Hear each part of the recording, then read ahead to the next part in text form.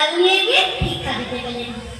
তখন দেবতাগণ বলছেন, মা গো, আমরা ভিক্ষা গ্রহণ করবো না, তাহলে কেমন করে ভিক্ষা দিতে হবে আমাকে এক্ষুনি বলুন, আমি সেইভাবেই আপনার বেলায় ভিক্ষা দেবো।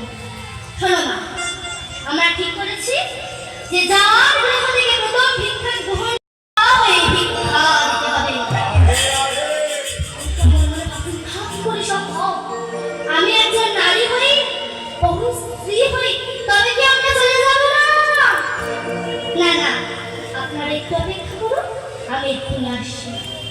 এই বলে মা অনুসূয়া গৃহমধ্যে প্রবেশ করে স্বামীর কাছে গিয়ে সব কথা খুলে বললেন।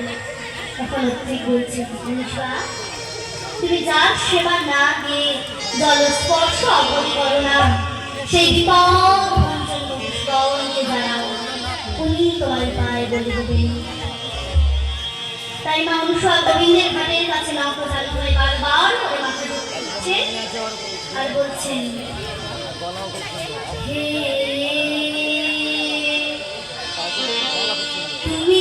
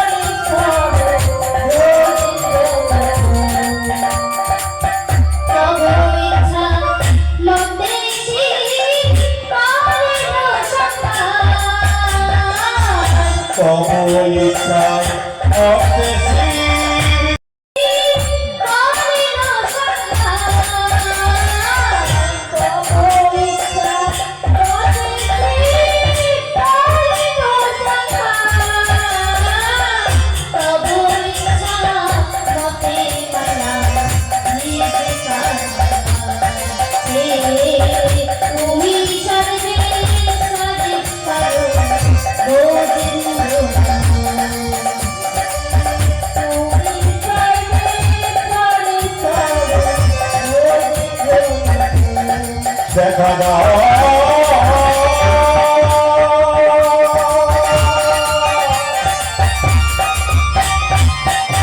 দেখা দাও,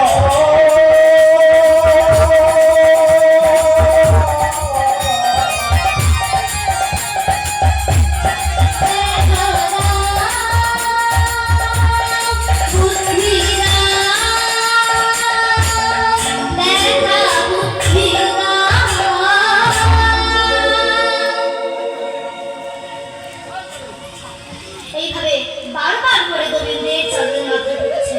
হঠাৎ দৈববাণী হলো, অনুসূয়া, তুমি আমার ঘরে এক গুন্ডুশ্বর নিয়ে ওদের রঙে ছিটিয়ে দিয়ে তুমি ওদের যা হতে বলবে ওরা ঠিক তাই হয়ে যাবে। অনুসূয়া বিলম্ব না করে গোবিন্দের ঘাটের জল হাতে নিয়ে মনে মনে ভাবছেন, আমি ওদের পশু হতে আর ভাবছেন, না না, তো সাধু মাটির মানব জনম পেয়েছে, তার থেকে আমি ওদের বড় পাখি হতে দেব না, না, না, না, না। তার থেকে আমি ওদের বড় শিশু হতেই বলি, কারণ শিশুর কাছে মায়ের কোনো লাজ লজ্জা থাকতে পারে না। তাই অনুসূয়া গোবিন্দের ঘাটে জল নিয়ে দেবতাগণের আগে ছিটিয়ে দিচ্ছেন আর বলছেন, তোমরা যে হও আর সেই হও, তোমরা এখন শিশু হও, শিশু হও, শিশু হও। দেখতে দেখতে তিনজন দেবতা যুবক থেকে শিশুতে পরিণত হয়ে গেলেন।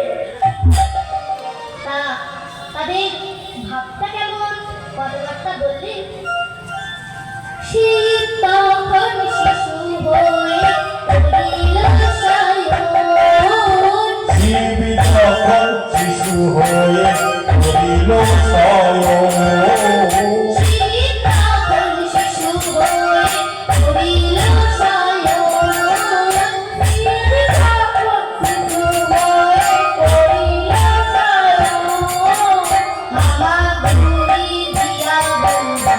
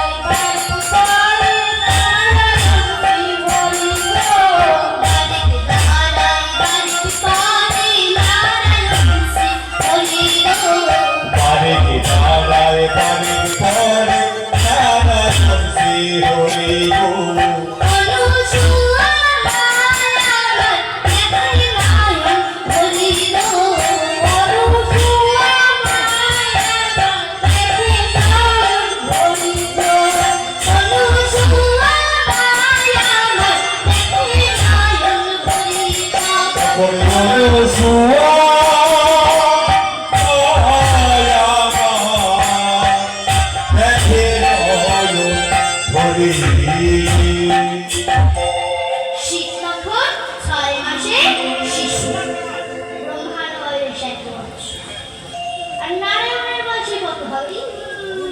5 বছর দেড়খানি হবে। তিনজন শিশু হয়ে গেছে, তবে তাদের কাঁধে ছোলাটা একদম ঠিকঠাক আছে।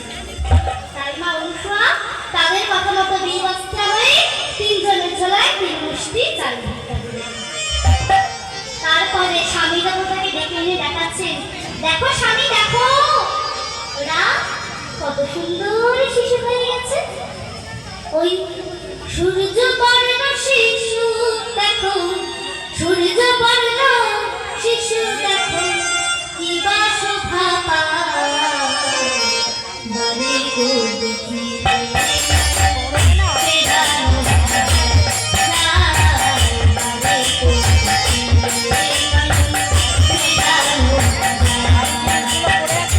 সূর্য বর্ণ শিশু দেখো, সূর্য বর্ণ শিশু দেখো,